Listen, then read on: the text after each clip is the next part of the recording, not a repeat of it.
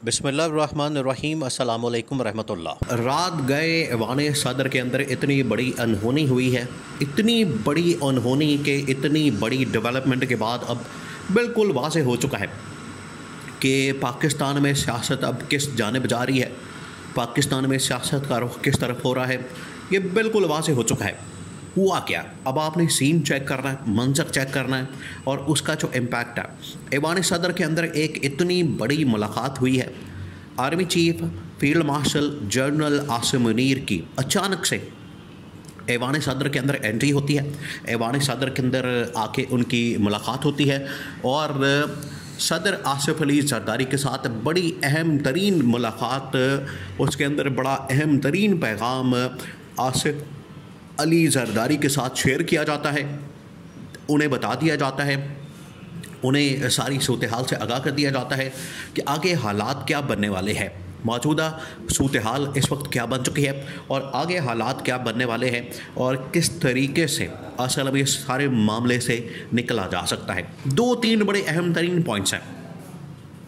अब आप ज़रा मंजर को चेक करें, सीन को चेक करें जो कि ऐवान सदर के अंदर मुलाकात हुई, जिसमें ये field marshal army chief general Asim Munir की सदर आसिफ अली जरदारी के साथ।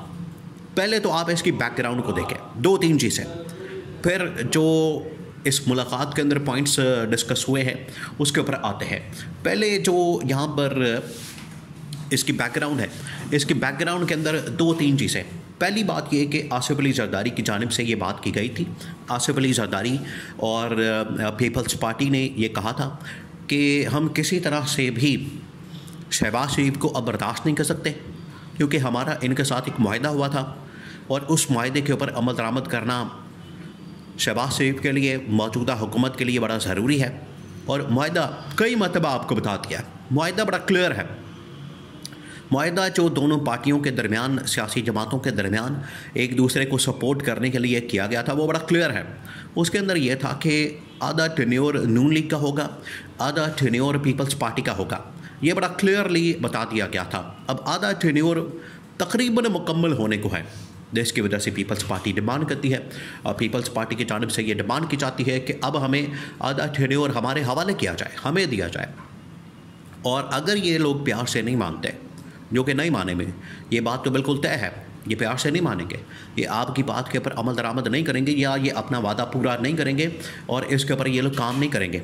तो आसिफ अली जरदारी ने कहा था कि अगर ये प्यार से नहीं मानेंगे तो फिर हम पीटीआई के साथ चले जाएंगे और साथ जाके हम शहबाज शरीफ के ख़िलाफ़ अदम एतमाद कर देंगे, क्योंकि अगर ये हमें हुकूमत नहीं देते, हम इनकी भी हुकूमत नहीं रहने देंगे।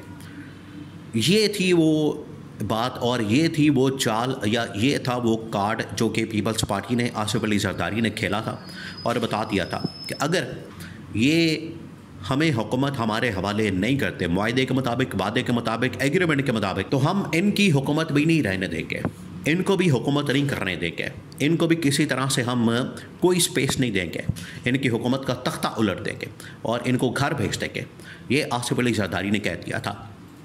उसके बाद जिस तरीके से पीपल्स पार्टी ने फिर इनकी हुकूमत के ऊपर हमला किया, वफाकी हुकूमत की कारकर्दगी का पोल खोला, पंजाब हुकूमत की कारकर्दगी का पोल खोला, जिसके बाद इनकी बड़ी दौड़ें लगी, आपस में मुलाकातें हुई और पीपल्स पार्टी को समझाया गया, बताया गया कि आप इस तरह से वफाकी हुकूमत के ऊपर, नून लीग के ऊपर हमलावर ना हो। पीपल्स पार्टी बास नहीं आई। अब पीपल्स पार्टी को हर तरह से अप्रोच किया गया, लेकिन पीपल्स पार्टी ने किसी की भी बात सुनने से इनकार कर दिया।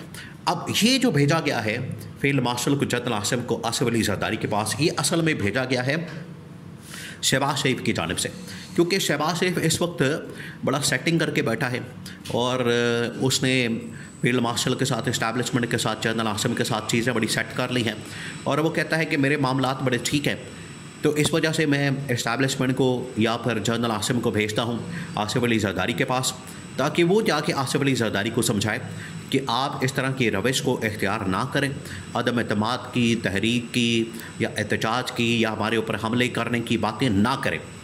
ये इस नुक्ते के साथ, पॉइंट के साथ शहबाज शरीफ ने फील्ड मार्शल जनरल आसिम को आसिफ अली जरदारी के पास भेजा है।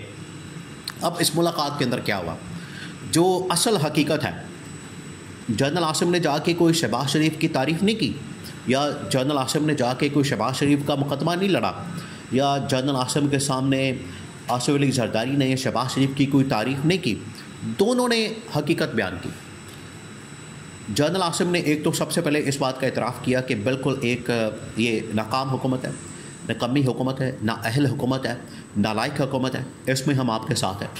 इसमें जनरल आसिम ने आसिफ अली जरदारी का, पीपल्स पार्टी का सदर का भरपूर साथ दिया और उनकी इस बात से एग्री किया। उन्होंने इस बात से इत्तेफाक किया, उन्होंने इस बात से बिल्कुल उनको सपोर्ट किया कि बिल्कुल आपकी बात ठीक है। ये जितनी नालायक, नाअहल, निकम्मी हुकूमत इस वक्त लाई गई है, इस वक्त बिठा दी गई है, हमारी भी उसमें गलती है और हमें भी इस बात का एहसास है, हमें भी इस चीज़ का इदराक है। अब क्या करें, गले पड़ गई है, लेकिन इसको घर भेजना, इसकी छुट्टी कराना, ये अब कुछ वक्त दें ताकि इसको घर भेजा जाए। आसिफ अली जरदारी की जानिब से दो टोक अंदाज में बता दिया गया कि हमें अब ये हुकूमत मज़ीद बर्दाश्त नहीं है, क्योंकि ये वाली हुकूमत ना सिर्फ आपके लिए परेशानी का बायस बनेगी, बल्कि मुल्क के लिए, रियासत के लिए, पाकिस्तान के लिए, आवाम के लिए, सब के लिए परेशानी का बायस बनेगी। लिहाजा जितना जल्दी हो सके इस हुकूमत को घर भेज दिया जाए, इस हुकूमत की छुट्टी करा दी जाए और इस हुकूमत से जान छुड़ाई जाए। ये बड़ा ज़रूरी है। अगर आपने इसको घर ना भेजा, अगर आपने इसकी छुट्टी ना कराई, तो ये सबके गले पड़ जाएगा। ये ना सिर्फ आवाम के, हुकूमत के, पाकिस्तान के, बल्कि इस्टेब्लिशमेंट के भी गले पड़ जाएगा। आसिफ अली जरदारी ने तो बल्कि जनरल आसिफ को समझाया कि ये आपके लिए भी नुकसानदेह हो रहा है, क्योंकि जब से ये हुकूमत आई है, जब से ये इक़्तिदार के अंदर आए हैं, जब से ये आके यहाँ पर बैठे हैं, तो सारे के सारे जो इनके नालायकी और नाकामियाँ होती हैं उसके इल्ज़ामात आपके ऊपर लग जाते हैं, आपके ऊपर लगा दिए जाते हैं, आपके ऊपर वो सारे आ जाते हैं। इस वजह से इस्टेब्लिशमेंट अगर अपने आप को इससे क्लियर करना चाहती है, इस्टेब्लिशमेंट अगर अपने आप को इससे अलहदा करना चाहती है, इस्टेब्लिशमेंट अगर इस क्राइसिस से, बहरान से निकलना चाहती है, तो उसके लिए ज़रूरी है कि वो इस हुकूमत से जान छुड़ाए। तो आसिफ अली जरदारी ने अपनी बातें रख दी हैं। आखिर में जो सबसे अहम तरीन मामला उठाया गया, आसिफ अली जरदारी ने क्लियर कर दिया है कि अगर इस हुकूमत को घर नहीं भेजा जाता, इसकी छुट्टी नहीं कराई जाती, तो फिर हमें टेढ़ी उंगली से खील निकालना पड़ेगा। यानी हमें फिर इमरान खान के साथ मिलना पड़ेगा, पीटीआई के साथ इत्तेहाद करना पड़ेगा और पीटीआई के साथ मिलकर इस हुकूमत का ख़ात्मा करना पड़ेगा। हमारे पास फिर कोई और रास्ता नहीं होगा, हमारे पास फिर कोई और ऑप्शन नहीं बचेगी। फिर हम इसको घर भेज देंगे, इसकी छुट्टी करा देंगे। ये फिर हमारे पास एक बिल्कुल आखिरी ऑप्शन होगी, आखिरी रास्ता होगा। लिहाजा बेहतरी इसी में है कि आप इनको प्यार से समझाएँ, बताएँ, इनके नॉलेज में लाएँ कि हमें हमारा टेन्योर वापस करते हैं। अगर ये उसके ऊपर एग्री नहीं करते तो फिर ठीक है, हम इनके ख़िलाफ़ महाज खोल देंगे और ऐसा महाज खोलेंगे कि इनको सदियों तक याद रहेगा कि इन्होंने आसिफ अली जरदारी के साथ पंगा लिया था।